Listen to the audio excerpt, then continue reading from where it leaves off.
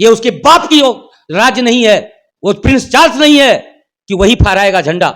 झंडा वो फहराएगा जिसे देश का नागरिक चुन करके वहां भेजेगा। मोदी कहने वाला कौन होता है? मैं आपके चैनल के माध्यम से कह रहा हूं कि मोदी ये डिक्लेयर करने वाला होता कौन है? भारत की जनता सरकार है, वह जिसे अपना प्रतिनिधि चुन करके भेजेगी, वह प्रतिनिधि जिसको चुनेंगे वो प्रधानमंत्री बनेगा। ये वंशज हैं उस समय से जो आतंकवाद पैदा किया था देश में। पहला आतंकवादी यदि कोई था तो वह नाथूराम गोडसे था, जिन्होंने देश के अमन चैन को लागू करने वाले की हत्या कर दी थी। सच बोलने वालों को सीधे कारावास में भेजा जाता है। उदाहरण में आप जुबैर को देख लीजिए, जिन्होंने सच कहा था कि एक महिला शिक्षक ने सिर्फ जाति और धर्म के आधार पर लड़के को पिटवाया था। यह लिखने के कारण उसको जेल भेजने की बात की गई। नूह में घटना घटी, इन पत्रकारों ने क्या बताया? हिंदू मुसलमान नफरत। इन्होंने ये नहीं कहा कि ये प्रशासनिक फेल्योर है हरियाणा सरकार की। एक सवाल आपने देखा कहीं? इंडिया गठबंधन ने ये नहीं कहा कि इन 14 पत्रकारों को पकड़कर पीट दो। इंडिया गठबंधन ने ये नहीं कहा कि इन 14 पत्रकारों को खाने पीने आने मत दो, होटल जाने मत दो, इसको पिटाई करो। इनके नज़र में मोदी जी से सवाल कैसा कैसा होना चाहिए कि आप पर्स रखते हैं कि नहीं? बटुआ बटुआ बटुआ जिसमें पैसा रखा जाता है, आम चूस के खाते हैं, काट के खाते हैं। इतनी एनर्जी कहाँ से आती है? अरे बेवकूफ पत्रकारों, पत्रकारिता का धर्म सत्ता से सवाल करना होता है। इंडिया टीवी, ना ही आज तक का मीडिया ग्रुप, ना ही एनडीटीवी, ना ही और कोई टेलीविज़न को हम लोगों ने बायकॉट किया है। हम लोगों ने गिने चुने जहरीले जो लोग हैं, जो नफरती एजेंडा फैलाने का काम करते हैं, जिसके मुंह खोलते ही नफरत का फब्बारा और जहरीले सांप का जहर निकलने लगता है, उन लोगों के साथ बैठने से इनकार किया है। मैं आपसे पूछना चाहता हूं और आपके माध्यम से तमाम अंधभक्तों से पूछना चाहता हूं कि क्या यह हमारा निजी अधिकार नहीं है कि हम क्या खाएंगे, किसकी बात सुनेंगे, किसकी नहीं सुनेंगे? यह हमारा अधिकार है या नहीं? ये हमारा संवैधानिक अधिकार है कि जो बातें मुझे पसंद नहीं, मैं वहाँ नहीं जाऊँगा। नमस्कार, मैं तबारक और आप लोग सच 22 बिहार देख रहे हैं। देखिए, हाल ही में पटना के एक बैठक में इंडिया गठबंधन के दलों ने एक लिस्ट जारी किया है और भारत के टॉप चैनल्स के एंकर्स में से 14 ऐसे चैनल्स के एंकर हैं जिनको बायकॉट किया। और साफ तौर पे उन्होंने कहा है कि इस चैनल पे किसी भी प्रोग्राम में, कार्यक्रम में हम लोग शामिल नहीं होंगे, डिबेट में हम लोग नहीं जाएंगे, क्योंकि ये लोग जहर भरने का काम करते हैं और भाईचारे को कहीं ना कहीं खराब करते हैं। हमारे साथ अभी कांग्रेस के एक नेता हैं SM झा जी, आप लोग जानते हैं, इनसे बातचीत करेंगे और हम राय जानने की कोशिश करेंगे। क्या कहेंगे अभी सर? तमाम दर्शकों को, आपके चैनल दर्शकों को पहले मेरा नमस्कार। सवाल यह है कि सर अभी 14 टॉप चैनल्स के एंकर को इंडिया गठबंधन ने बायकॉट कर दिया है। क्या कारण, क्या मजबूरी आ गई आप लोगों को? सबसे पहले तो मैं रेक्टिफाई कर दूं, ये लोग स्वघोषित नंबर 1 चैनल हैं। किसी ने इसको नंबर 1 बनाया नहीं, अपने आप ये नंबर 1 है। अब बात आती है बायकॉट की। तो हम सभी जानते हैं कि हम लोग एक लोकतांत्रिक देश में निवास करते हैं। यदि मुझे आपका कोई प्रोडक्ट पसंद नहीं है तो आप उसे लेने के लिए मजबूर नहीं कर सकते हैं। इंडिया गठबंधन ने ये नहीं कहा कि इन 14 पत्रकारों को पकड़कर पीट दो। इंडिया गठबंधन ने ये नहीं कहा कि इन 14 पत्रकारों को खाने पीने आने मत दो, होटल जाने मत दो, इसको पिटाई करो। उन्होंने सिर्फ ये कहा कि इन 14 पत्रकारों के द्वारा देश के अंदर जो नफरत का जहर घोला जा रहा है उसका भागीदार हम लोग नहीं होंगे। यानी इन पत्रकारों के किसी भी कार्यक्रम में हम लोग भाग नहीं लेंगे। मैं आपसे पूछना चाहता हूं और आपके माध्यम से तमाम अंधभक्तों से पूछना चाहता हूं कि क्या यह हमारा निजी अधिकार नहीं है कि हम क्या खाएंगे, किसकी बात सुनेंगे, किसकी नहीं सुनेंगे? यह हमारा अधिकार है या नहीं? यह हमारा संवैधानिक अधिकार है कि जो बातें मुझे पसंद नहीं, मैं वहाँ नहीं जाऊँगा, मैं उनकी बातें नहीं सुनूंगा। तो इसमें उनके अधिकारों का हनन कैसे कर दिया? आज वे लोग जो विधवा विलाप करते हुए छाती पीट रहे हैं, मैं पूछना चाहता हूँ कि ये विधवा विलाप उन्होंने उस समय क्यों नहीं किया जब हमारी बेटियों की असमत लूटी गई और प्रधानमंत्री जी खामोश रहे? जब मणिपुर में उस तरह का हिंसा हुआ, प्रधानमंत्री जी वहाँ जाना तो दूर, उन्होंने एक ट्वीट करना मुनासिब नहीं समझा। ये जो एंकर्स हैं जिनको ब्लैक लिस्ट किया गया है कि हम नहीं भाग लेंगे इनके कार्यक्रमों में, इन्होंने पराकाष्ठा पार कर दिया था अंधभक्ति का। इनके मौजूदगी में भाजपा के प्रवक्ताओं की कोई ज़रूरत टीवी चैनल पर नहीं होती थी। देश ने देखा है कि ये लोग भाजपा का कोई भी विरोध सुनने को कभी तैयार नहीं हुए। इनके नज़र में मोदी जी से सवाल कैसा कैसा होना चाहिए कि आप पर्स रखते हैं कि नहीं? बटुआ बटुआ बटुआ जिसमें पैसा रखा जाता है, आम चूस के खाते हैं, काट के खाते हैं। इतनी एनर्जी कहाँ से आती है? अरे बेवकूफ पत्रकारों, पत्रकारिता का धर्म सत्ता से सवाल करना होता है। G20 का महिमा मंडन, इन्होंने सवाल किया प्रधानमंत्री से कि यदि 990 करोड़ रुपए का प्रोविजन था तो 4100 करोड़ रुपया क्यों खर्च हुआ? यदि 4100 करोड़ रुपया खर्च हुआ, पंडालों में पानी क्यों भरा? और सबसे बड़ा सवाल कि प्रधानमंत्री जी G20 के मीटिंग से भारत ने क्या हासिल किया? क्या किसी ने पूछा? नहीं पूछा। जब हमारी बेटियों को दिल्ली के सड़क पर घसीटा जा रहा था, उन नामचीन बेटियों को जिन्होंने देश को पहचान दिलाने में अपनी भूमिका निभाई थी, क्या इन पत्रकारों ने एक भी सवाल प्रधानमंत्री या गृह मंत्री से पूछा? नहीं पूछा। जब नूह में घटना घटी, इन पत्रकारों ने क्या बताया? हिंदू मुसलमान नफरत, इन्होंने ये नहीं कहा कि ये प्रशासनिक फेल्योर है हरियाणा सरकार की। एक सवाल आपने देखा कहीं? तो मैं पूछना चाहता हूं आपके माध्यम से कि ऐसे दरिंदों को, मैं आपके ऑन रिकॉर्ड में आपके चैनल पर बोल रहा हूं, ऐसे दरिंदों को, ऐसे बहसियों को, ऐसे आदि मानवों को, देखिए मीडिया का मतलब संप्रेषण होता है, मीडिया का मतलब मुद्दे को उठाने वाला संस्था होता है। चीख चीख कर बंदरों की तरह, भालू गिदड़ की तरह चीख चीख कर, चिल्ला चिल्ला कर, कुत्तों की तरह भौंक भौंक कर इन्होंने सिर्फ और सिर्फ देश में नफरत फैलाया है। एक का नाम अमन है, लेकिन उसने कभी अमन की बात नहीं करी, हमेशा नफरत की बात की। एक का नाम गुल्लू है, जिसे दिन में तो बिल्कुल नहीं दिखता है, क्योंकि गुल्लू कहते कहते कई लोगों ने इनको उल्लू भी कह दिया है, तो इनको तो दिन में दिखता नहीं है। ये जो हमारे सुधीर हैं, तिहाड़ जेल से आए हैं, कमीशन खोरी इनकी आदत है। ये हमारी त्रिपाठी जी हैं, चित्रा त्रिपाठी। प्रधानमंत्री जी आप कुछ बोलेंगे? What does it mean? Media का काम था, प्रधानमंत्री जी आप प्रेस के सवालों का जवाब दिए बगैर यहां से नहीं जा सकते। आप सवाल का जवाब दीजिए, G20 से क्या हासिल किया देश ने? क्या G20 पर इतना रुपए बहाया जाना देश के साथ धोखा नहीं है? नहीं। इन लोगों ने, ये चरण चाटुकारों ने देश के गरिमा को वैश्विक स्तर पर प्रभावित किया है। बड़ी दुखद है, चूंकि आप पत्रकार हैं, मैं आपको बताऊं कि पूरे दुनिया में 195 देश हैं, 193 जिसमें यूएनओ के सदस्य हैं, और इस 195 देशों में भारत का जो प्रेस फ्रीडम इंडेक्स है, मोदी जी के कार्यकाल में इनके महिमा के कारण 161वें स्थान पर पहुंच गया है। यानी भारत के पत्रकारिता को लोग नीची नज़र से देखने लगे हैं। यदि भारत की पत्रकारिता को गर्त में पहुंचाया गया है, तो सबसे बड़ा रोल इन्हीं 14 पत्रकारों ने निभाया है, जिन्होंने देश की गरिमा को तार तार कर दिया। देश का जो सर्वधर्म समभाव की भावना थी उसको ख़त्म करके रख दिया। और ये लोग पत्रकार नहीं, गुंडे मवाली के तरह अपने चैनलों पर बैठकर देश में नफरत का जहर बोने का काम करते हैं। बीजेपी अध्यक्ष, राष्ट्रीय अध्यक्ष JP नड्डा जी कहते हैं कि इंडिया गठबंधन का जो है ना, उन लोगों का मानसिकता ही आपातकाल वाला मानसिकता हमेशा अभी जीवित है। क्या कहेंगे? मतलब वो लोग हमेशा सनातन धर्म पे हमला करते हैं और मीडिया को दबाने का काम करते हैं, उसका ऐसा बयान है।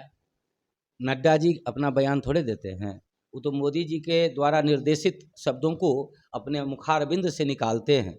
मैं नड्डा जी आपसे पूछना चाहता हूँ, आपातकाल का मतलब जुबेर की गिरफ्तारी होती है जो सच दिखाता है, आल्ट न्यूज़ वाला जुबेर, भूलिएगा नहीं। आप जो भारतीय जनता पार्टी के नेता, जिस तरह से आपने देशवासियों को मूर्ख और जाहिल समझ रखा है, सभी आपके अंधभक्त नहीं हैं। बहुत सारे लोग यहाँ पढ़े लिखे हैं, समझदार हैं और हर चीज़ पर बारीकी से नज़र रखते हैं। सबसे बड़ा अराजक स्थिति मोदी सरकार ने आज उत्पन्न कर रखा है। सच बोलने वालों को सीधे कारावास में भेजा जाता है। उदाहरण में आप जुबैर को देख लीजिए, जिन्होंने सच कहा था कि एक महिला शिक्षक ने सिर्फ जाति और धर्म के आधार पर लड़के को पिटवाया था। यह लिखने के कारण उसको जेल भेजने की बात की गई। जब मणिपुर के हिंसा को 3 वरिष्ठ पत्रकारों ने दिखाने का काम किया, तो मुख्यमंत्री ऑफ मणिपुर ने उसके ऊपर केस लॉन्च करके, वो तो भला हो हमारे आदरणीय महामहिम मुख्य न्यायाधीश, सर्वोच्च न्यायालय के मुख्य न्यायाधीश DY चंद्रचूड़ जी का, जिन्होंने उन तीनों को बेल दे दिया, इनके मुंह पर तमाचा मारा। अराजकता ये होती है, अराजकता ये नहीं होती है, ये आपातकाल ये नहीं होता है कि मुझे ये आदमी का जहर पसंद नहीं है, मैं नहीं जाऊंगा वहाँ। इसमें कहाँ से आ गया आपातकाल, मुझे बताइए आप। JP नड्डा जी भी कहते हैं कि पंडित जवाहरलाल नेहरू के समय में भी यही स्थिति बना था, मीडिया पर हमला करना, उस समय भी यही बना हुआ था। मैं आपके माध्यम से पत्रकार महोदय इन अंभकों को, बेवकूफ़ों को पूछना चाहता हूँ, हमला तो तब होता है ना जिस तरह से भारतीय जनता पार्टी के गुर्गे सच लिखने वाले पत्रकारों के ऑफिसेस को जाके तोड़ दिए मुंबई में, आपको याद होगा, तब न हमला माना जाता। बहिष्कार और हमला दोनों अलग चीज है। ये वंशज हैं मुखबिरी के पेंशन खाने वालों का, ये वंशज हैं गांधी जी के हत्या करने वालों का, ये वंशज हैं उस समय से जो आतंकवाद पैदा किया था देश में। पहला आतंकवादी यदि कोई था तो वह नाथूराम गोडसे था, जिन्होंने देश के अमन चैन को लागू करने वाले की हत्या कर दी थी। ये आतंकवादियों के संतान हमें सिखाएंगे डेमोक्रेसी। हमारा थीम गांधी जी है, गांधीगिरी है। गांधी जी ने कहा था कि मैं अंग्रेजों से लड़ूंगा नहीं, असहयोग करूंगा। आपने भूला नहीं होगा असहयोग आंदोलन। आज उसी असहयोग आंदोलन के नक्शे कदम पर हम लोगों ने कहा कि ये जहर बोने वालों के साथ हम लोग नहीं बैठेंगे। इसमें असहयोग है या फिर अराजकता है, इसमें असहयोग है या फिर ये जो कह रहे हैं कि आपातकाल ठोक दिया गया है, आपातकाल है या असहयोग है? मैं आपके माध्यम से जानना चाहता हूँ, ये क्या है? असहयोग क्या आपातकाल होता है? इंदिरा गांधी जी ने 2 वर्षों के लिए जिस तरह से आपातकाल की घोषणा की थी उस समय के महामहिम राष्ट्रपति के माध्यम से, उसकी खामियाजा उन्हें भुगतना पड़ा था, शासन से हाथ धोना पड़ा था और उनकी किरकिरी हुई थी। बाद में उन्होंने अपनी गलतियों पर क्षमा मांगा और देश ने उन्हें पुनः फुल मेजोरिटी में जिताया। कांग्रेस से ज़्यादा बहुमत लाने की औकात कभी भारतीय जनता पार्टी की नहीं होगी, कभी नहीं हो सकती। लेकिन उन्होंने तो डिक्लेयर हुए में जो भी गलतियाँ की उसकी डिक्लेयर हुए में माफ़ी भी मांगी। लेकिन ये लोग जो परोक्ष रूप से आपातकाल घोषित करके रखे हैं देश के अंदर, इसके खिलाफ कोई चू नहीं बोल सकता, इसके खिलाफ न्यायाधीश कुछ नहीं बोल सकते, इसके खिलाफ लिखने वाले पत्रकार को जेल भेज दिया जाता है। मैं आपके माध्यम से जानना चाहता हूं, असली आपातकाल मोदी सरकार ने लागू कर रखी है या फिर इंडिया गठबंधन ने किया है? कुछ चैनल्स और भी बचा हुआ, उनके बारे में क्या कहते हैं? देखिए, मैंने पहले ही कहा कि हमारे गठबंधन को, हमें किसी चैनल से कोई विरोध नहीं है। हम पत्रकारिता को अभी भी उतना ही स्थान देते हैं। हमारे लिए पत्रकार हमारे भाई बंधु हैं और समाज की आंखें हैं। उन्हीं के माध्यम से समाज हर चीज़ को देखता है। हमें किसी पत्रकार से दुश्मनी नहीं, कोई बैर नहीं, किसी चैनल से बैर नहीं है। बैर है तो कुछ गिने चुने टुच्चे लफंगों के द्वारा देश के जो सामाजिक सद्भाव की गरिमा रही है, देश की गरिमा पर ठेस पहुंचाने वाले लोगों के खिलाफ हम लोगों के मन में अश्रद्धा है, घृणा है, नफरत है। इसलिए हम लोग इनका बहिष्कार करते हैं। इनके कार्यक्रम में हम लोग जाकर अपने आप को तौहीन नहीं कर सकते, क्योंकि आप जानते हैं according to the law also, if you help somebody else in doing any crime you are called an accomplice of that. आप यदि किसी को अपराध करने में उस समय आप मौजूद रहते हैं वहाँ और आप खामोश रहते हैं तो आप सह अपराधी माने जाते हैं। इंडिया गठबंधन सह अपराधी नहीं बनना चाहता देश को बर्बाद करने का, सह अपराधी नहीं बनना चाहता देश के अंदर उन्माद फैलाने का, सह अपराधी नहीं बनना चाहता देश के अंदर सर्वधर्म संभाव को खत्म करने का। इसलिए इंडिया गठबंधन ने इन पत्रकारों के किसी भी कार्यक्रम में जाने से मना कर दिया। ये हमारा अधिकार है, मैं जाऊं ना जाऊं, आप कहने वाले कौन होते हो? मैंने आपको चिन्हित करके आपके कार्यक्रम में जाने से मना किया है। हमने ना तो इंडिया टीवी, ना ही आज तक का मीडिया ग्रुप, ना ही एनडीटीवी, ना ही और कोई टेलीविज़न को हम लोगों ने बायकॉट किया है। हम लोगों ने गिने चुने जहरीले जो लोग हैं, जो नफरती एजेंडा फैलाने का काम करते हैं, जिसके मुंह खोलते ही नफरत का फव्वारा और जहरीले सांप का जहर निकलने लगता है, उन लोगों के साथ बैठने से इनकार किया है, उन लोगों के साथ संप्रेषण से इनकार किया है, उन लोगों के साथ अपनी भावनाएं शेयर करने से इनकार किया है। और इसमें कहीं आपातकाल नहीं है, कहीं अराजकता नहीं है, यह सिर्फ असहयोग है। एक और सवाल लेंगे, जिस तरह से इंडिया गठबंधन भौकाल मचाया हुआ है, सीट तो खाली वाली नहीं है आने वाला, क्या एक चीज मैं बता रहा हूँ आपको, आएंगे तो मोदी जी। बिल्कुल सही आपने कहा। जिस तरह से वर्तमान प्रधानमंत्री नरेंद्र मोदी ने लाल किले से ये घोषणा की जिस दिन कि 2024 में भी मैं ही यहाँ झंडा फहराऊंगा, आपको नहीं लगा कि उन्होंने देश के लोकतांत्रिक ढांचे पर गहरा तमाचा जड़ दिया? ये उसके बाप की राज नहीं है, वो प्रिंस चार्ल्स नहीं है कि वही फहराएगा झंडा। झंडा वो फहराएगा जिसे इस देश का नागरिक चुन करके वहां भेजेगा। मोदी कहने वाला कौन होता है? मैं आपके चैनल के माध्यम से कह रहा हूं कि मोदी ये डिक्लेयर करने वाला होता कौन है? भारत की जनता सरकार है वह जिसे अपना प्रतिनिधि चुन करके भेजेगी, वह प्रतिनिधि जिसको चुनेंगे वो प्रधानमंत्री बनेगा। मोदी क्या अपने आप को प्रिंस चार्ल्स समझ बैठे हैं? ये अपने आप को क्या किसी राजतंत्र के राजा के बेटे समझ रहे हैं? तो मोदी जी तो कहते हैं कि हम आएंगे, एकदम निश्चित आएंगे। मैं आपसे पूछना चाहता हूं, क्या आपको इसमें राजतंत्र का बू नहीं आया? क्या आपको इसमें घोषित आपातकाल और डिक्टेटरशिप का बू नहीं आया? क्या आपको नहीं लगता है कि यदि मोदी जी एक लोकतांत्रिक ढंग से चुने हुए अपने आप को प्रधानमंत्री मानते हैं और ये कहते हैं कि अगला साल मैं ही आऊँगा, कहीं ना कहीं आपको नहीं लगता कि ये डिक्टेटरशिप की बात कर रहे हैं या ये राजशाही की बात कर रहे हैं? क्या देश के अंदर राजशाही है? क्या देश के अंदर राजतंत्र है? क्या देश के अंदर अराजकता है, डिक्टेटरशिप है? ये कतई बर्दाश्त नहीं किया जाएगा। और मैं आपके माध्यम से कह रहा हूँ संपूर्ण देशवासियों को, मोदी जी आप नहीं आ रहे हैं, क्योंकि आपके चेले चपाटों ने आपको जिस कतरे के झाड़ पर चढ़ा करके आपको बर्बाद किया है, अब आप नहीं आ रहे हैं, क्योंकि उदयनिधि स्टालिन के बयानों को लेकर जिस तरह से उत्पात मचाया आपके कार्यकर्ताओं ने, आज उसी बयान को उदयनिधि स्टालिन, डी राजा, उसके बाद स्वामी प्रसाद मौर्य इत्यादि विद्वानों ने बड़ी आराम से जाति प्रथा पर लाके छोड़ दिया है। अब आप जवाब दीजिए दलितों को कि वह हिंदू हैं या दलित हैं। यदि वह दलित है तो हिंदू क्यों कर रहे हो? यदि हिंदू है तो फिर दलित क्यों कर रहे हो? राष्ट्रपति बना करके उसे मंदिरों में जाने नहीं देते, राष्ट्रपति बना करके उसको पूजा में बैठने नहीं देते। आज वह दलित बिदक गए हैं मोदी जी। अब आप तो बिल्कुल नहीं आने वाले हैं। आपको हराने के लिए मुसलमानों की जरूरत नहीं है, आपको हराने के लिए सवर्णों की कोई ताकत की जरूरत नहीं है। आप उसी ताकत से हार रहे हैं जिस ताकत के बल पर आप जीत करके आए थे। दलितों को आपने धोखा दिया था और दलित आज उस धोखे को महसूस कर लिए हैं। अब आप जवाब दीजिए कि यदि आप सनातन सनातन कहते हैं तो सनातन किसे कहा जाता है? सनातन कहता है वसुधैव कुटुंबकम, यानी पूरा दुनिया हमारा रिलेटिव है। मुसलमान गैर कैसे हो गया? डोम डोम कैसे हो गया? चमार चमार कैसे हो गया? सब तो रिलेटिव होना चाहिए ना। तो फिर बनाते हैं राष्ट्रपति, आने देते हैं मंदिर में नहीं। अब दलितों को जवाब दीजिए आप। ये दलित ही आपके ऊपर चढ़कर भगवान शंकर का तांडव करने वाले हैं। 2024 में आप बिल्कुल नहीं आने वाले। चलिए, तो इधर हमारे साथ अजमेर करीम जी हैं, क्या कहिएगा? बैन कर दिए, एकदम बाइकआउट कर दिए 14 को। सबसे पहले आपके न्यूज़ चैनल के माध्यम से जितने भी दर्शक हैं उनको मेरा नमस्कार और सत श्री अकाल, आदाब, सलाम।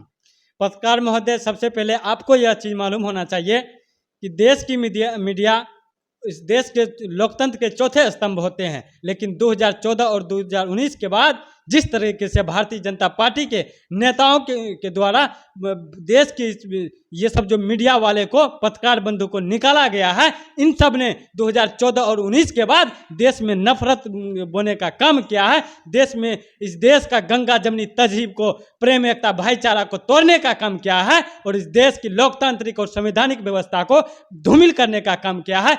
ऐसे लोगों को मुंहतोड़ जवाब देने के लिए हमारे इंडिया गठबंधन के सभी लोगों ने जनता के पक्ष में, लोगों के पक्ष में, युवाओं के पक्ष में एक सही निर्णय लिया है और आने वाले समय में ये लोगों को भी और भारतीय जनता पार्टी के लोगों को भी लोकतंत्र के माध्यम से मुंहतोड़ जवाब देंगे।